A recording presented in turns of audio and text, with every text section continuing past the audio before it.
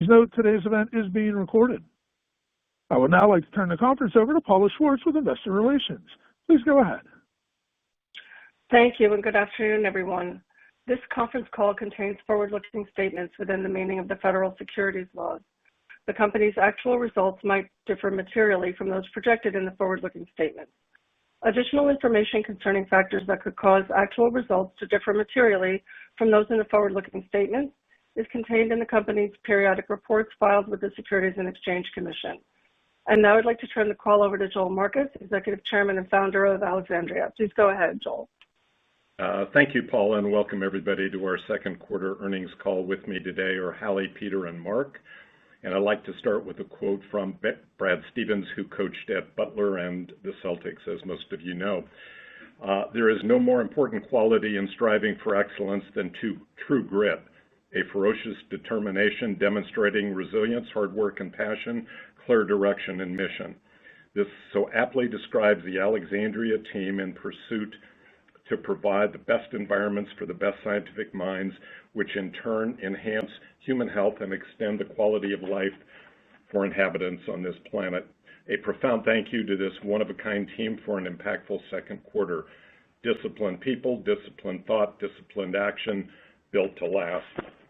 As I open my first quarter comments, I comment that ARE has been and will continue to be one of the most consequential REITs in the sector's history.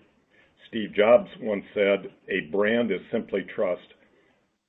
The recent execution of the largest lease in the company's history is a testament to that and our brand trust, our unique product quality, and value to the client. Trust is the lifeblood of the Alexandria one-of-a-kind brand. This 466,000 square foot lease represents a seminal moment in the history of Alexandria and demonstrates the resilience of our sector, showing long-term commitment, long-term lease with a high credit tenant. A couple of thoughts on the second quarter before I turn it over to Hallie, then Peter, then Mark. Alexandria continues its solid performance across a wide variety of financial and operating metrics in the face of macro and industry headwinds. A key focal point for the company is the 2027 and beyond stabilization pipeline. We're pleased to report that we're making solid progress on 311 Arsenal, Sylvan Road asset, 1450 Owens, 269 East Grand, and 701 Dexter. Another key focal point is asset sales, and Peter will talk about this in our recycling strategy. We have about $1.1 billion to add to our executable sales pipeline for the next 2 quarters, and we feel that it is doable given we completed $1.1 billion of sales in the fourth quarter of 2024. So in today's current environment, what are we most focused on beside the operating and financial performance? Over the next several quarters, we expect the Fed to finally lower interest rates, which is desperately needed for the capital markets of our industry. We have not seen or heard any major, if you turn for a moment to the FDA, any major issues from our tenants regarding undue delays, but we're monitoring this item very closely. In fact, several of our team members on July 17th attended a meeting with Commissioner Marty McCary, and where he essentially elucidated his 100-day agenda that was focused on the impact of better food for children, as we know, revamping and rethinking how to modernize the FDA to move more efficiently and nimbly. And that is something many of us in the industry have certainly advocated for a long period of time. McCary's thoughts were succinct and direct. The FDA is a national treasure. The FDA is strong. We will meet our PDUFA targets. We will add more AI efficiencies. We will listen and talk to people externally. We'll make sure the staff has what they need. We have a phenomenal talent coming in, which was just announced, the appointment of George Tidmarsh to be the director of the Center for Drug Evaluation and Research. And we will be making, meaning the FDA, exciting new announcements on talent who are motivated by the incredible tradition of the FDA. So that's very, very hopeful thinking. When it comes to tariffs, in theory, tariffs should not have huge impact on the innovation biopharma ecosystem, mostly because of the low cost of goods sold relative to other industries like hardcore manufacturing. However, commonly used transfer pricing schemes may more heavily expose large pharma companies to tariffs. Tariff impacts on biopharma may be muted as many levers exist to reduce the impacts.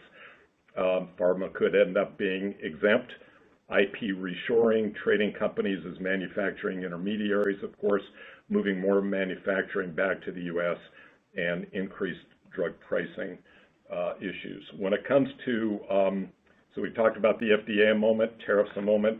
When it comes to drug pricing in most favored nations, the so-called MFN, this isn't new, was introduced during the first Trump term, but ultimately was rescinded by Biden when he came to office following legal challenges. The impact appears constrained based on currently available details. We know that some manufacturers are moving direct sales to consumers, and this would provide commercial tailwinds, especially in certain segments such as obesity drugs and the like. Key details remain unclear, and we know there is negotiations going on, being, we believe, chaired by Dr. Oz of CMS. And the market reaction so far suggests limited concern. I think when we think about this in summary, there are reasons to be optimistic. Fears of spending cuts and changes at HHS may be substantially overblown. Onshoring of R&D can provide a tailwind for the life science sector. Public markets move in cycles. Macro events will eventually dissipate and the markets will stabilize. And M&A consolidation is instrumental for a healthy biopharma ecosystem. And with that, let me turn it over to Hallie. Thank you, Joel, and good afternoon, everyone. This is Hallie Kuhn, SVP of Life Science and Capital Markets. Today, we will provide an update on the strength of the life science industry, an industry that remains critical to the health and safety of the U.S., driven by a resilient and dogged effort to address the 90% of diseases that to this day remain untreated by medicine. Overall, once again, the leasing stats we are about to walk through reflect the importance of the diversity of our tenant base, which drove over 80% of our 2Q leasing by volume.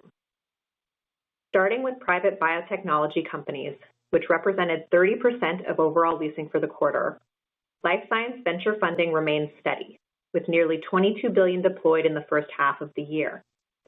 Financings were predominantly later stage, as seed stage financings took the back burner to more de-risked technologies closer or already in human studies. The result is fewer, albeit larger financings, as investors focus on select, but in their minds more certain, opportunities. This cohort of companies remains highly disciplined with respect to leasing decisions. However, the companies that are being funded and are expanding are extremely high quality and form a solid foundation for future growth. Moving on to publicly traded biotechnology companies. This segment represented just under 1/4 of our leasing for the quarter, of which over 95% consisted of new leases. This cohort continues to be dominated by have and have-nots, with select companies with high-quality data and teams driving leasing and demand. The broader picture for public biotech equities remains tough, with not a single biotech IPO in the second quarter. Given the broader risk-off environment, we are not likely to see the biotech public equity markets open meaningfully until interest rates subside. Notably, biomedical institutions represented 22% of leasing this quarter.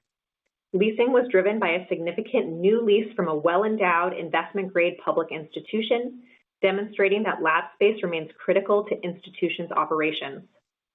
Importantly, the budget for the NIH remains the same as last year's levels under a continuing resolution, and while the White House has proposed significant budget cuts, there remains substantial bipartisan support to maintain the current, or at least close to current, levels of funding.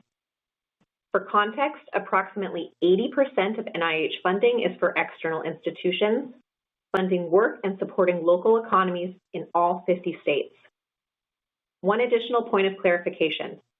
While NIH funding is one of several funding sources for biomedical institutions, few, if any, of our private and public biotech tenants rely on NIH funding. Last, large pharma represented 5% of leasing for the quarter, not including our recently announced long-term lease with a top 20 pharma for 467,000 square feet on our Campus Point mega campus in San Diego, signed at the beginning of the third quarter. Pharma generally remains buffered from short-term volatility given significant cash flows and a long-term strategic outlook on generating innovative medicines. Their success ultimately comes down to talent and accessing the best innovation. As the recently announced lease reflects, positioning their R&D in an Alexandria mega campus is highly strategic to these goals. To round out industry stats, two tailwinds we are monitoring through the second half of the year. First is an acceleration of M&A, with acquisitions through the first half of this year eclipsing all of M&A in 2024. M&A is a significant positive for the entire biotech industry, recycling and incentivizing capital back into new companies. It's a virtuous cycle we have seen occur over and over and over again. Examples include AbbVie's acquisition of a company called Capstan, an early clinical stage company developing novel mRNA therapies for autoimmune diseases such as severe lupus, signaling that pharma is ready and willing to buy cutting-edge science. Second is the abundance of biopharma licensing dollars flowing into private and public biotech. These are deals whereby large pharma licenses specific programs from smaller companies as opposed to a full-fledged acquisition. In the first half of this year, $113 billion in biopharma licensing deals were announced, which compares to $187 billion for the full year 2024. This is an important dynamic to highlight because it enables smaller companies to access additional capital and pharma resources when venture or public equity capital becomes more dilutive or challenging to raise. Both the life science sector and Alexandria remain resilient in the face of an uncertain macroeconomic environment. By retaining and securing high-quality tenants today, we continue to lay the groundwork for long-term growth. It will be underpinned by the robust biopharma ecosystem, the tremendous ingenuity we are seeing in science, technology, and medicine, and the broader need to address the 9 out of 10 diseases and conditions that don't have safe and effective treatments today. With that, I will pass it over to Peter. Thank you, Hallie. I hope you all saw our recent press releases, and I'll discuss the Seminole Multinational Pharma lease in a bit, but I want to first congratulate our team for their superb operational excellence in winning our first International Building of the Year award for 8 Davis Drive, a 150,000 square foot premier research and development building in the heart of our Alexandria Center for Advanced Technologies mega campus in the Research Triangle. This achievement highlights the quality of the workplaces we deliver to our tenants, and while our mega campus platform is a strategically important strength, it's also important to recognize the high quality buildings that proliferate throughout the core of our asset base. In life science real estate, a flight to quality means a flight to Alexandria. I'm going to discuss our development pipeline, leasing and supply, and provide an update on the progress of our value harvesting and asset recycling program. In the first quarter, we delivered approximately 218,000 square feet of 90% leased Class A plus laboratory space into our high barrier to entry submarkets, which will contribute approximately $15 million in annual incremental net operating income.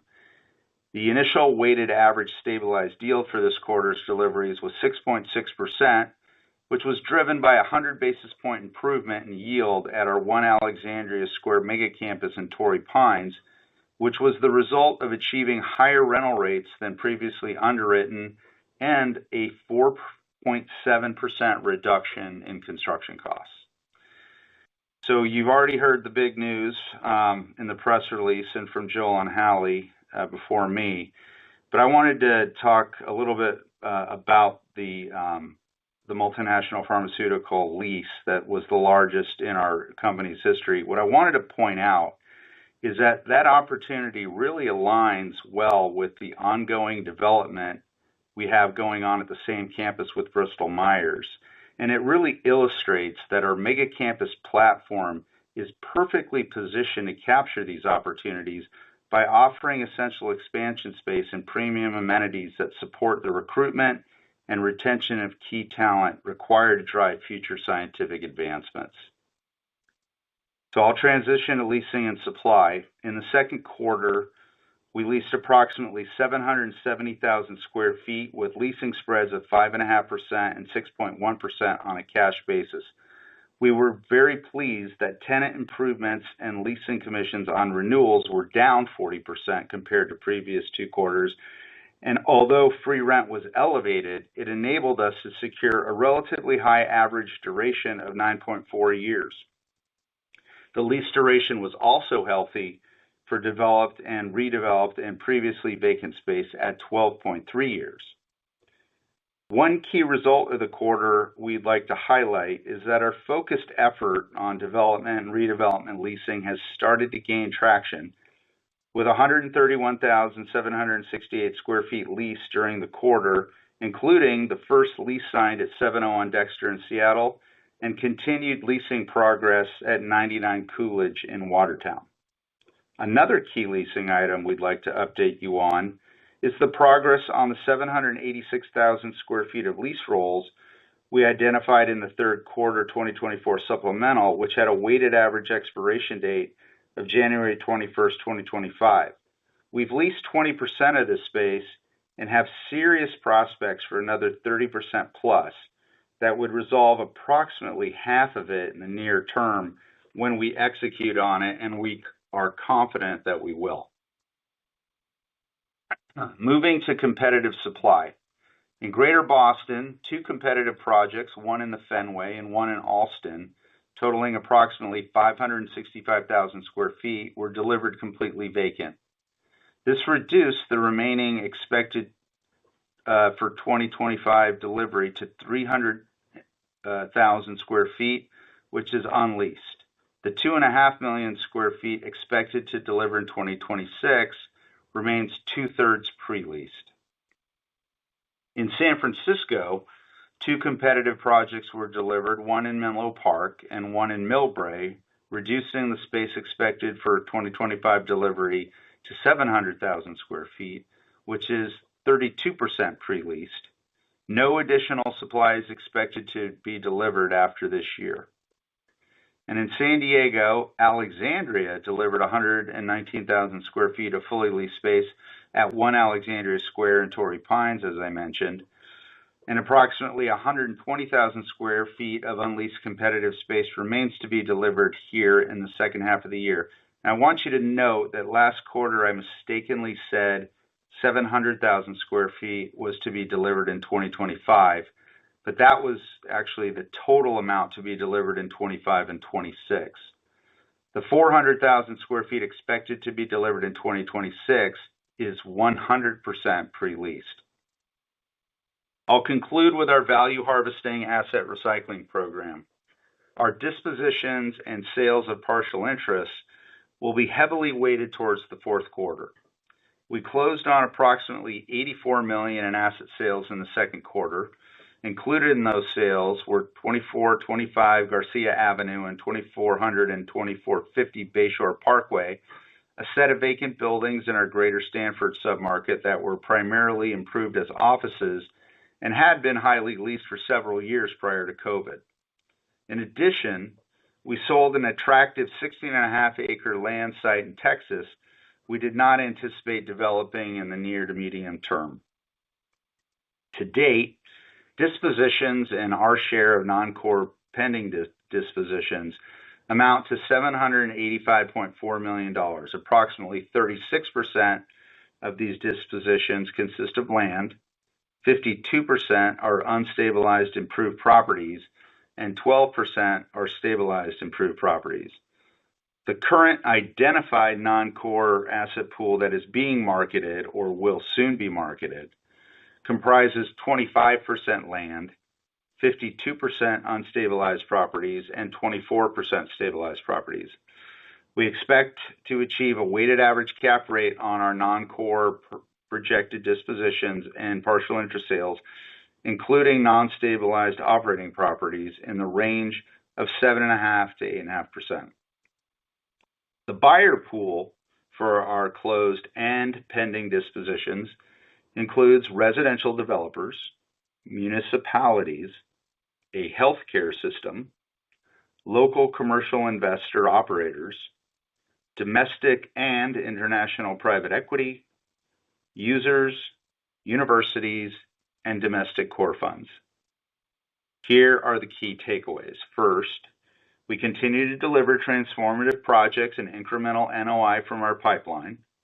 Second, our focused efforts to catalyze development and redevelopment leasing have gained traction. Third, we are making great progress on resolving the 768,000 square feet of move-outs that rolled at the end of 2024 and in the first quarter of 25. And fourth, further material progress on our asset recycling program will be heavily weighted towards the end of the year. And with that, I'll pass it over to Mark. Thank you, Peter. This is Mark Binda, Chief Financial Officer. Hello and good afternoon to everyone on this call. I plan to walk through our performance and outlook and provide greater detail around the disciplined steps we've taken and will continue to take across the portfolio and the pipeline to bolster our strong balance sheet and manage through this period in order to emerge in a position of strength to support our future. First, a big congratulations to the entire Alexandria team for outstanding execution during the quarter and for completing the largest lease in the history of the company earlier this month. Second, our team delivered solid per share results for the quarter. Please refer to our earnings release for our EPS results. FFO per share diluted as adjusted was $2.33 for 2Q25, up 1.3% compared to the prior quarter, and included the positive impact from the recent development deliveries in San Francisco and San Diego. Occupancy at the end of the quarter was at 90.8%, which was down 90 basis points from the prior quarter. With 75% of our annual rental revenue coming from our highly distinguished mega campus platform, we continue to outperform the rest of the market on occupancy in our biggest three markets. We are reiterating our prior guidance for year-end 2025 occupancy at 90.9% to 92.5%. An important note about our occupancy guidance is that we have 669,000 square feet, or about 1.7% occupancy of leased but not yet delivered space, which will positively impact our occupancy in early 2026 on average upon delivery. In addition, our year-end occupancy guidance assumes around a 2% benefit from assets with vacancy which are expected to be sold, of which about a third of that is subject to a signed purchase and sale agreement. Next, on same property. Same property NOI was down 5.4% and up 2% on a cash basis for the quarter. Included in 2Q25 same property results is the full impact from the 768,000 square feet of leases spread across 4 projects that expired on average in late January 2025 that are now fully included in the 2Q results.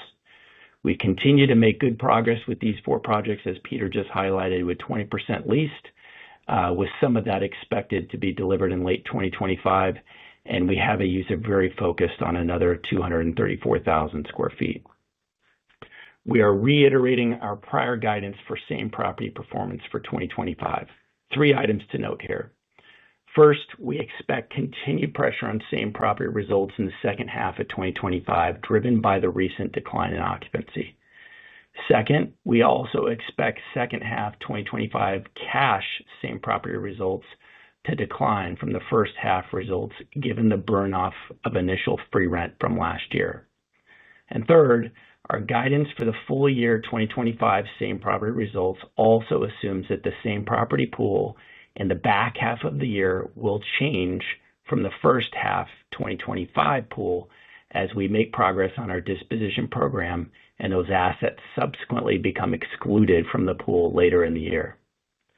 In the meantime, we continue to benefit from a very high quality tenant base, with 53% of our ARR coming from investment grade or publicly traded large cap tenants, long remaining average lease terms of 7.4 years, average rent steps approaching 3% on 97% of our leases, and our adjusted EBITDA margins remain strong at 71% for the most recent quarter, consistent with our 5-year average.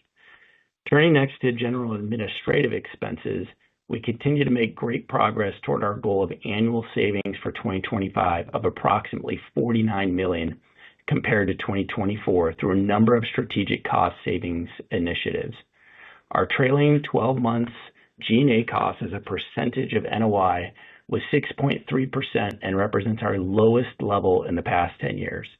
Our best estimate at this point is that around half of the 2025 G&A savings for 2025 will recur into 2026.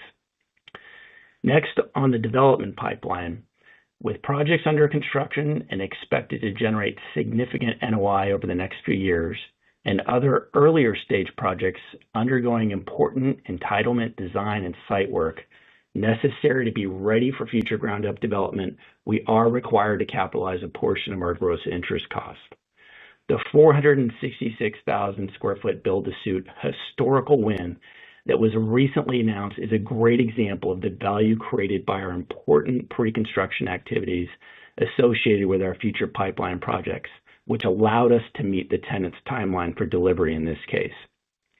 We remain focused on continuing these important pre-construction activities for our future pipeline where it makes good financial sense to continue. On page 45 of our supplemental package, we highlighted that we have a $3 billion investment in various future pipeline projects that required interest to be capitalized in the first half of 2025 while we pursue pre-construction activities, but have future project milestones over the next 18 months, ending in April 2026 on a weighted average basis. We will continue to routinely evaluate these projects to determine, on a project-by-project basis, whether to continue progress beyond the current milestones, and those decisions will be subject to future market conditions. If we decide to pause on a project as it reaches the next milestone, capitalization of interest and other required costs would cease on that project. For 2025, we are reiterating our guidance for capitalization of interest. In addition, we expect steady to slightly higher capitalized interest in the back half of the year, mostly driven by spending on the active pipeline, coupled with continued high interest rates. Now on to venture investments. For the first half of 2025, we realized $60 million of gains from our venture investments, which are included in FFO per share as adjusted, or about $30 million per quarter, consistent with our last 6 quarters. Our outlook for the full year 2025 remains unchanged with a range of $100 to $130 million. Next, on other income. This balance primarily includes interest income, leasing, and other types of management fees. Fee recognition, for example, can bounce around from quarter to quarter. For the first half of 2025, other income was $39.7 million, or less than 3% of total revenues. This represents a quarterly average of about $20 million per quarter, which is pretty close to the quarterly average over the last 6 quarters of around $18 million per quarter. Turning next to the balance sheet and funding, we continue to stand out as our corporate credit ratings rank in the top 10% of all publicly traded U.S. REITs. We have the longest average remaining debt maturity among all S&P 500 REITs at 12 years and tremendous liquidity of $4.6 billion. We remain focused on achieving our year-end leverage target of 5.2 times for net debt to adjusted EBITDA by executing on our disposition program, which Peter covered.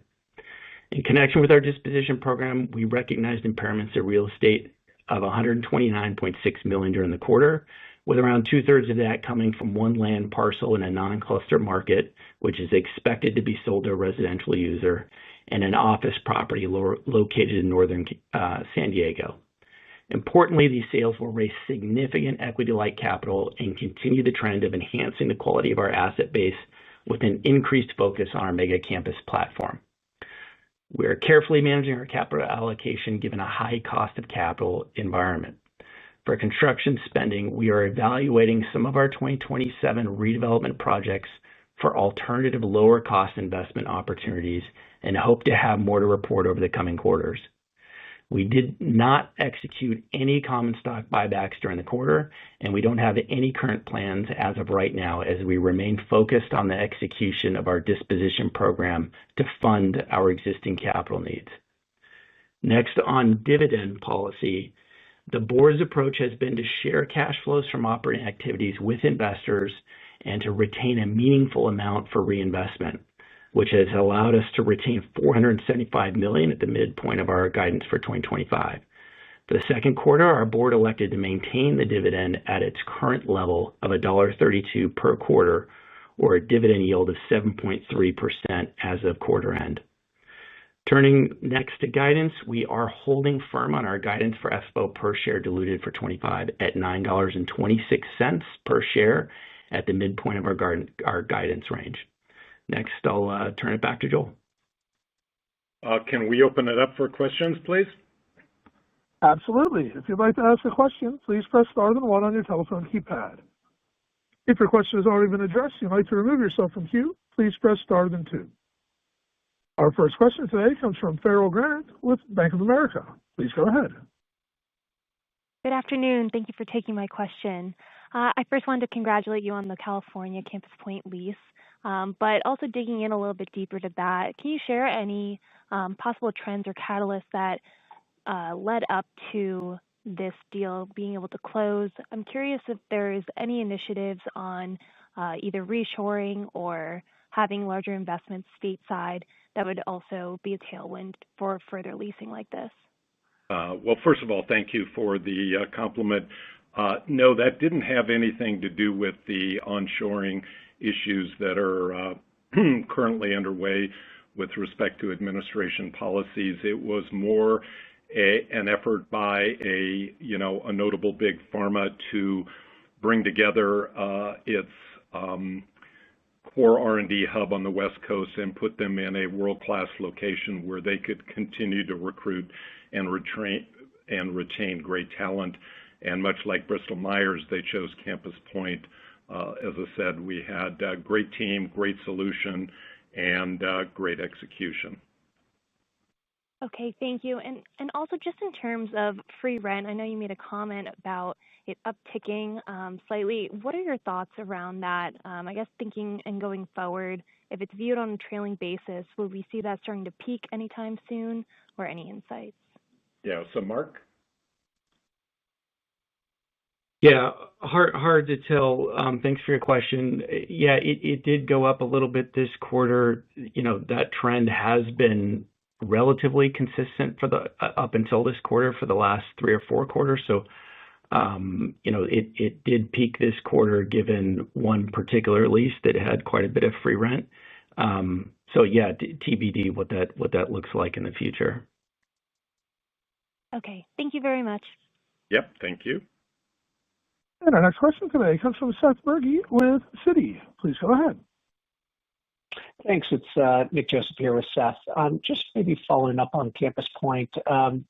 Just curious if you can give a little more detail, kind of, from the tenant perspective of what drew them to build the suit versus some of the vacant space in that market available today.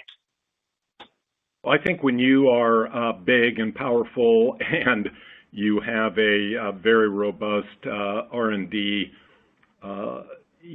effort going on, you want really a location that provides you everything rather than just going to a bunch of random buildings in random locations that really are disaggregated. So I think the power of Campus Point, ultimately it'll be almost 3 million square feet. So we kind of think of it as almost like city-like with, every possible amenity you could imagine, the greatest place to work, to retain and recruit people. It was pretty obvious that somebody wants yeah, operator, you're getting feedback there. If somebody wants a world-class location, then that was the place to be. I think that was the driver, and I think the unique design, placemaking, and solution clearly made a huge impact on this tenant. That's very helpful. Thank you. Sorry, can I just jump in here? This is Hallie. One additional add there. I mean, Joel talked about the amenities. But the other really crucial thing is just the robustness of the infrastructure for these buildings. So these types of requirements can't go to, just kind of prefab building and an operator who, hasn't been doing this for a long time. Given the, vibration requirements, live loads, power capacity, these requirements are really built to suit needs that can't be accommodated by, a building down the street. Yeah, and remember too, is putting sizable amounts of their own capital in, much like Bristol Myers is as well. Thanks. And then just as you look at your leasing pipeline today, what trends are you seeing? Is it larger space takers? Is it smaller? Is it, are there any kind of common threads that you're seeing across the current pipeline? Yeah, I think it's clearly different situations in each submarket. Each submarket has its own dynamics, whether it's a headwind or tailwind, and it's hard to generalize at all. Thank you. Yep, thank you. Thank you. And our next question today comes from Anthony Paolone with JP Morgan. Please go ahead. Great, thanks. First question is just want to follow up on some of the occupancy comments you made. And so I guess if I'm understanding the dispositions right, if we were to put those aside and think about sort of the remaining portfolio over the course of the year, did you mention that occupancy will be down 2% then in the second half? Like kind of if you ignore sort of the dispositions? Yeah, Tony, in terms of kind of the bridge to year-end occupancy, we're at 90.8% today, so kind of right at or just below the bottom end of our range. We're expecting a pickup in occupancy given, as Peter said, a big chunk of the assets that we've identified for sale are non-stabilized, so they have some vacancy. So we're expecting some pickup as those assets get sold. And then you've got the normal kind of leasing to do on the back half of the year. So you put all those pieces together, that's how we get to our year-end number. Okay, and then got it. And then because then you mentioned you also have a bunch of signed but not yet commenced stuff that sounds like that kind of picks up a couple of points early next year. And I guess where I was going with that is you also added this disclosure around the 2026 expirations, and it seems like there's a couple points that might come out early next year there as well. And so just trying to get the next few quarters kind of understand the trajectory, and because you laid out a lot of good pieces. Yeah, there's a lot of moving pieces. We've got the 600 and 600 and change, or the 1.7% benefit to occupancy, and then we've also got some work to do on some of these 26 expirations. A little too early to give you clear guidance in terms of what downtime looks like on that, as we're really still working through the business plans and the releasing strategy on those things. Okay. And then just second one from me, appreciate the added disclosure around the cap interest. That's helpful. The $1.4 billion, I think you mentioned last quarter that you were going to stop on, I think later this year, I guess one, is that still planned to be the case? And two, which bucket in your disclosure does that come out of? Yeah, that's a part of the $3 billion, Tony. So we kind of we tried to pull it together really with everything that we're looking at, really the entire future land bank, and give some sense of the things that we're pretty highly confident will continue through the end of 26 versus those things that are either known to be stopping, or those things that we're evaluating based upon the milestones that are in place. And we're that'll go project by project on a project by project basis. There's a ton of projects in there, but that April date is kind of the weighted average date of those milestones. Okay, but as we know right now, that $3 billion bucket will be like 1.6 at year end, roughly. Yeah, I would expect it to burn down for those projects that we already identified, the 1.4 billion that is turning off close to the end of the year. Okay. Got it. Okay. Thank you. Yep. Thanks, Tony. Thank you. And our next question today comes from Michael Carroll at RBC Capital Markets. Please go ahead. Yep, thanks. Joel, can you provide some color on what tenants are telling you today? I mean, how big of an issue is this FDA leadership change in the most favored nations having on their mindset? I mean, is that what's holding them back on making decisions, or is it really driven by the macro uncertainty and interest rates? I guess which bucket is more concerning to most tenants right now? Well, of course, it depends on the nature of the tenant. You've got, private biotech. They have, and Hallie's given a bit of chapter and verse on each of the buckets. So each one has its own concerns. Institutional folks, they're clearly focused on NIH reimbursement. Public biotechs are focused on, the health of the market to finance should they hit clinical milestones. Ventures looking at, how do we put together a company or grow a company, and what's our exit? Is it M&A? Is it IPO?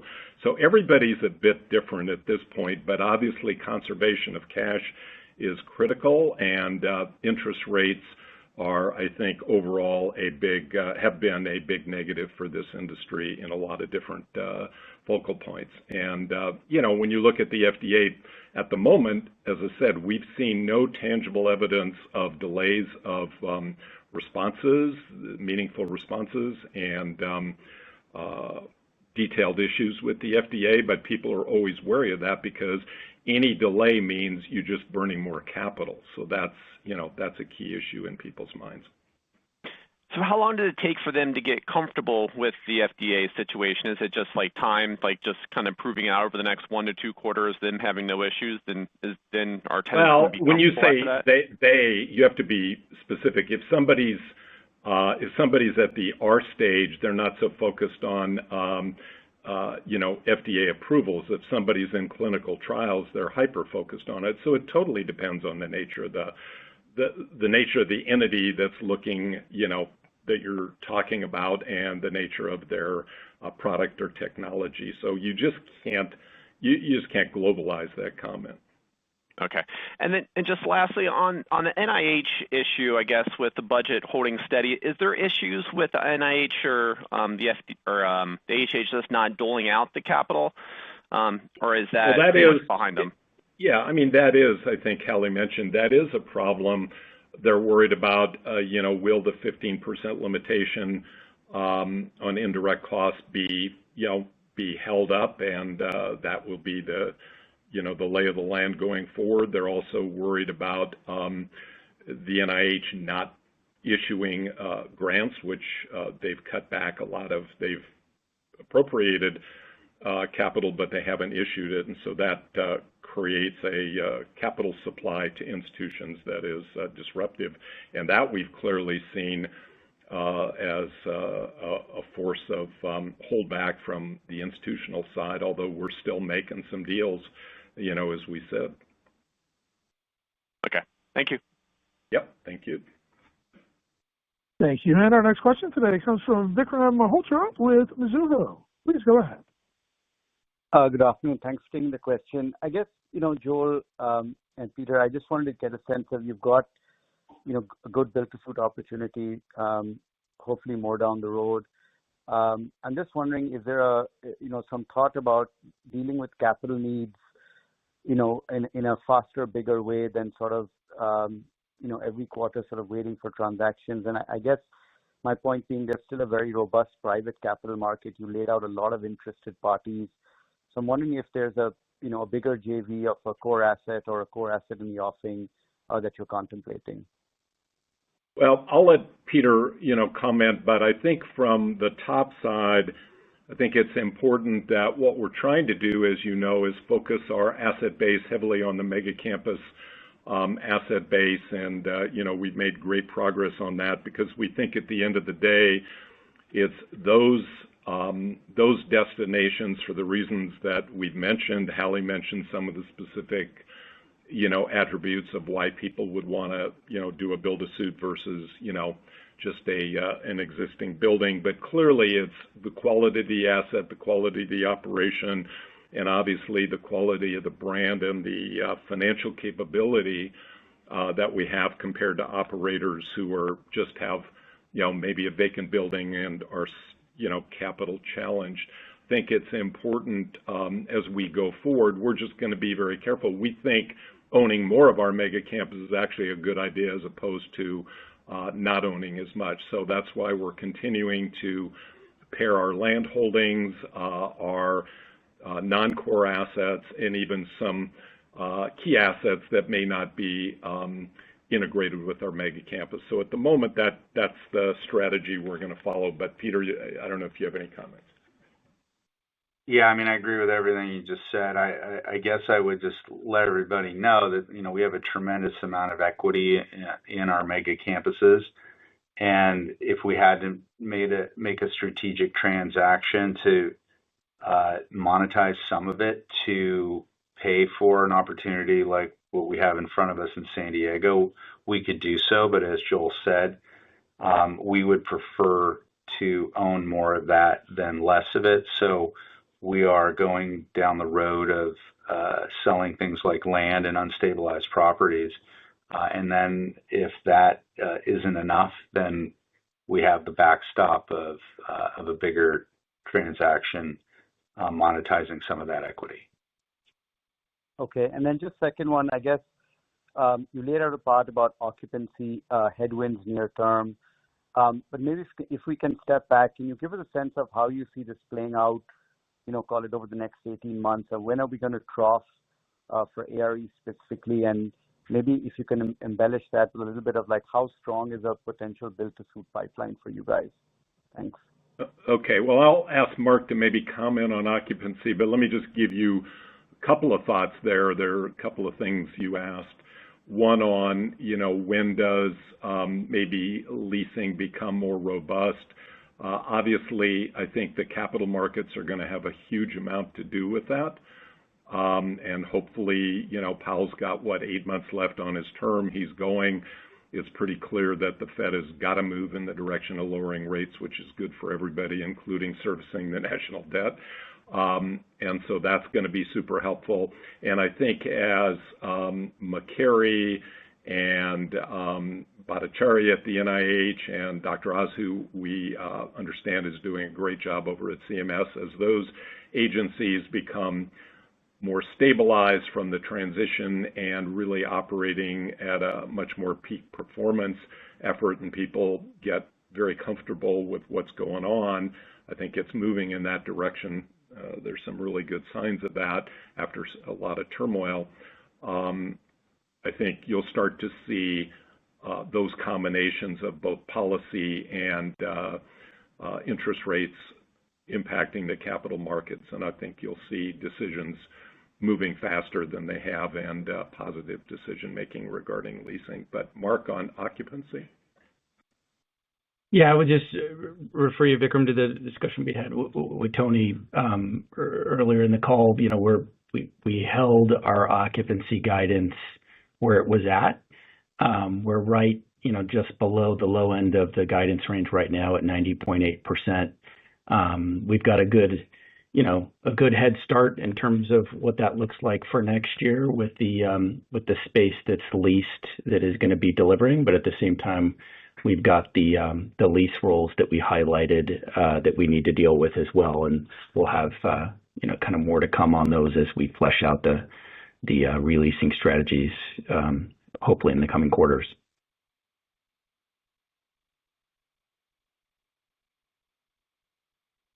Thank you. And our next question today comes from Tom Catherwood with BTIG. Please go ahead. Thank you, and good afternoon, everybody. Joel, you mentioned in the prepared remarks 5 developments where you're making progress, and some of these saw a boost in 2Q leasing, like 701 Dexter and the Sylvan Road buildings. But a few others, like 269 East Grand, didn't show a change. Are you seeing an uplift in prospects for space, but they haven't reached the in negotiation stage yet? And if so, what's driving that change? That's correct. Again, somebody asked that question before. It really is submarket and building or campus specific as to why a particular space or location is being looked at. It's hard to generalize beyond a building, a campus, a submarket. You just can't do that. So they are very, very case specific. And remember, the majority of our leases come from existing tenants, so we have a line of sight that most people don't have, on future tenancies. That just a lot of people would be flying blind just waiting for brokers to bring people by on tours. But I think we have a much more in-depth pipeline opportunity with existing clients who are looking for expansion, et cetera. Gotcha. So just to clarify, so that pipeline of prospects then is larger and kind of increasing compared to what it would have been a quarter or a year ago. Is that how we should read through on that? Well, I would say, Joel, yeah, go ahead. Joel, I can verify that. I mean, I track along with the regions, company by company prospects, and it has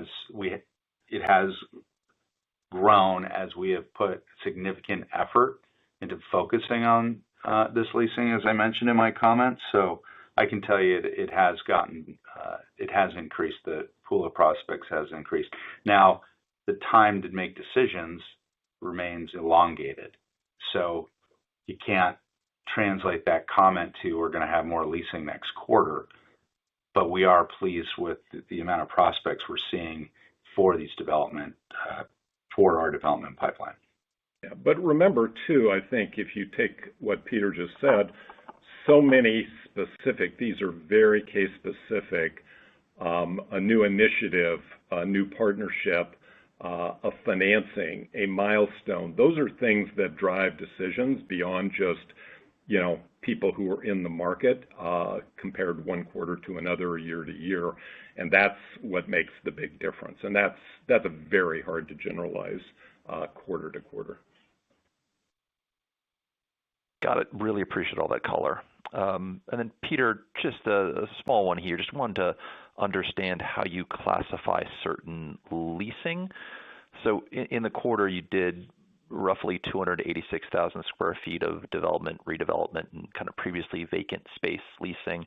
And you mentioned 131,000 square feet of development and redevelopment leasing. On the gap between those two, roughly 155,000 square feet, I assume that's previously vacant space. Is that first-gen space Correct. That was previously delivered vacant, or is that second-gen space that's just been vacant over a set period of time? How do we think about the classification of that? Mark, you can correct me if I'm wrong, but that is vacant space of existing properties. That's right. That's right, Peter. So that goes right into signed not commenced leases. That's not part of the development pipeline, redevelopment pipeline, nothing like that. Correct. It's just our general operating portfolio vacancy. Perfect. That's it for me. Thanks, everyone. Okay. Yeah, thanks, Tom. Our next question today comes from Omotayo Okusanya with Deutsche Bank. Please go ahead. Yes. Good afternoon. Joel, again, wanted to add my own congrats on the large build-to-suit lease. It's just great to see that as a nice proof of concept there. In terms of that project, have you discussed at all what building costs could look like and what potential yields could look like? Yeah, stay tuned on those. We haven't really, put those into the SUP at this point, but they'll be forthcoming. Okay, sounds good.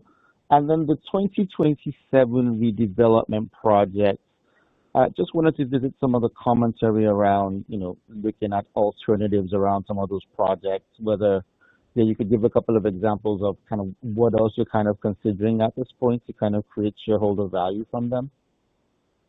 Well, I mean, it's obvious in today's market in some of these locations, and we've seen this phenomena happened before in a kind of a different era where, 2015 to 2020, we were inundated by big tech and large tech users wanting to come into our campuses and even into lab buildings for, their own use for security purposes or quality of buildings, quality of sponsorship, of course.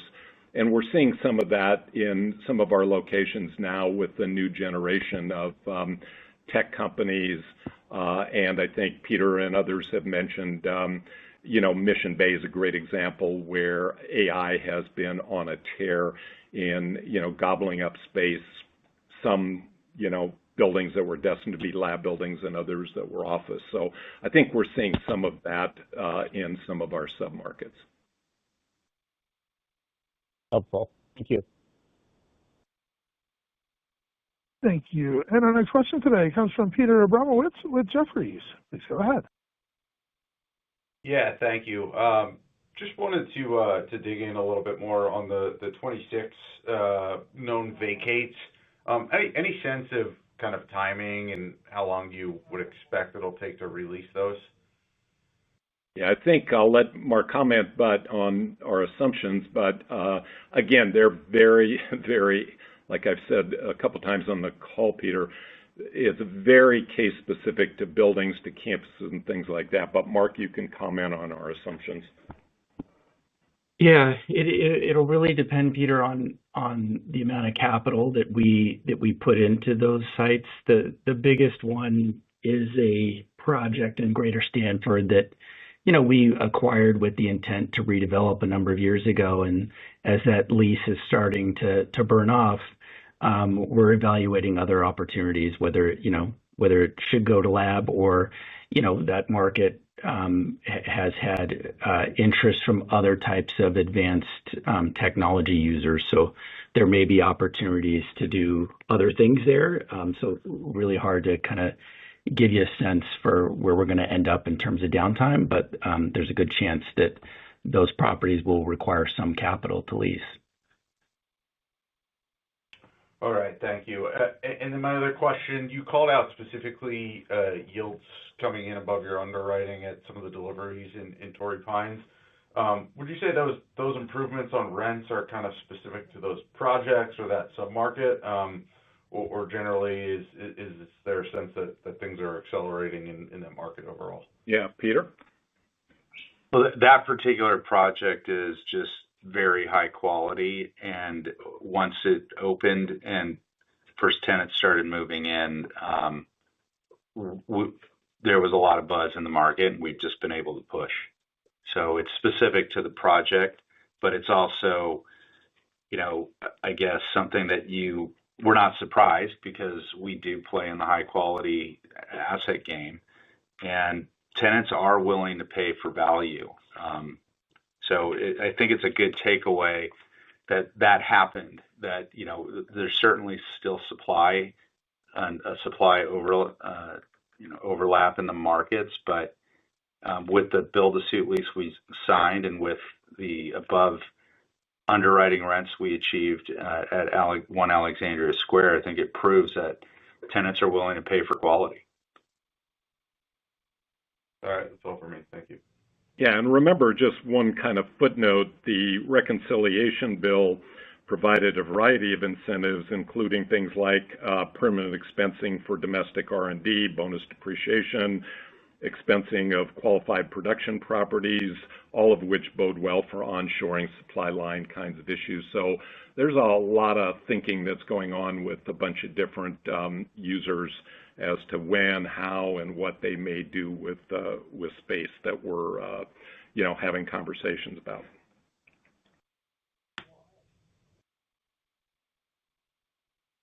Thank you. And our next question today comes from Dylan Brzezinski with Green Street. Please go ahead. Hi, guys. Thanks for taking the question. Most of mine have been asked, but just wanted to if you can discuss sort of the reasoning why you guys raised cap rates on the dispositions. Is that more representative of, changing cap rates across the property sector, or more so related to just the types of assets you guys are selling, and that being sort of non-core, potentially with some near-term lease roll hair on it? Yeah, Peter? Yeah, I mean, I think it's just reflective of the fact that a lot of these assets are in transition. So, we're always trying to be very measured on even commenting on cap rates for these sales because they don't really represent the core of what, Alexandria is going to look like in the future. So, a lot of these assets have a little bit of WALT, so the cap rate gets increased because the buyer's taking the chance on the renewals. So it's really asset specific, and we just have a lot of assets in transition in what we're trying to sell. And, one of the reasons that they're non-core and they're not on mega campuses. Great. That's helpful. Thank you, guys. Thank you. And our final question today comes from Jim Cameron with Evercore. Please go ahead. Good afternoon. Thank you. Thinking about the $3 billion of potentially go or no-go projects on page 45, in addition to interest expense, what would be the order of magnitude, sort of overhead and other pre-development costs in dollar terms are you capitalizing on that cohort? Yeah. Hi, Jim. It's Mark. If you look at our 10Q, we do disclose capitalized operating expenses, really property taxes, insurance, and other direct costs, as well as overhead. That number, if you do the math, is around 3%. So that should give you a sense for what could come with that if some of that stuff turns off capitalization. Thank you, Mark. So 3% basically of run rate balances or basis is a good guesstimate. That's right. Based upon, if you just look at the first 6 months, that's what it translates to as a percentage of the basis being capitalized. Perfect. Thank you. And then the second related question, would not a fair percentage of those $3 billion or that $3 billion of assets, if it's a no-go decision, would they not likely be sales? I mean, Alexandria is probably not going to hold on to them for the indefinite time, or maybe I'm thinking about it the wrong way. No, for sure. There is a chunk of the $3 billion that we are evaluating for sale. We've got, I think Peter highlighted, or it's in the sub 20 to 30% of our sales for the year expected to come from land. So part of that $3 billion, will be from things that we expect to execute on that will naturally roll off of capitalization if we sell the asset. Thank you. Thanks very much. Yeah, thanks, Jim. Thank you. And this concludes our question and answer session. I'd like to turn the conference back over to Mr. Marcus for any closing remarks. Thank you, everybody, and have a very safe and good summer. Thank you. Thank you, sir. This concludes today's conference call. We thank you all for attending today's presentation. You may now disconnect your lines and have a wonderful day.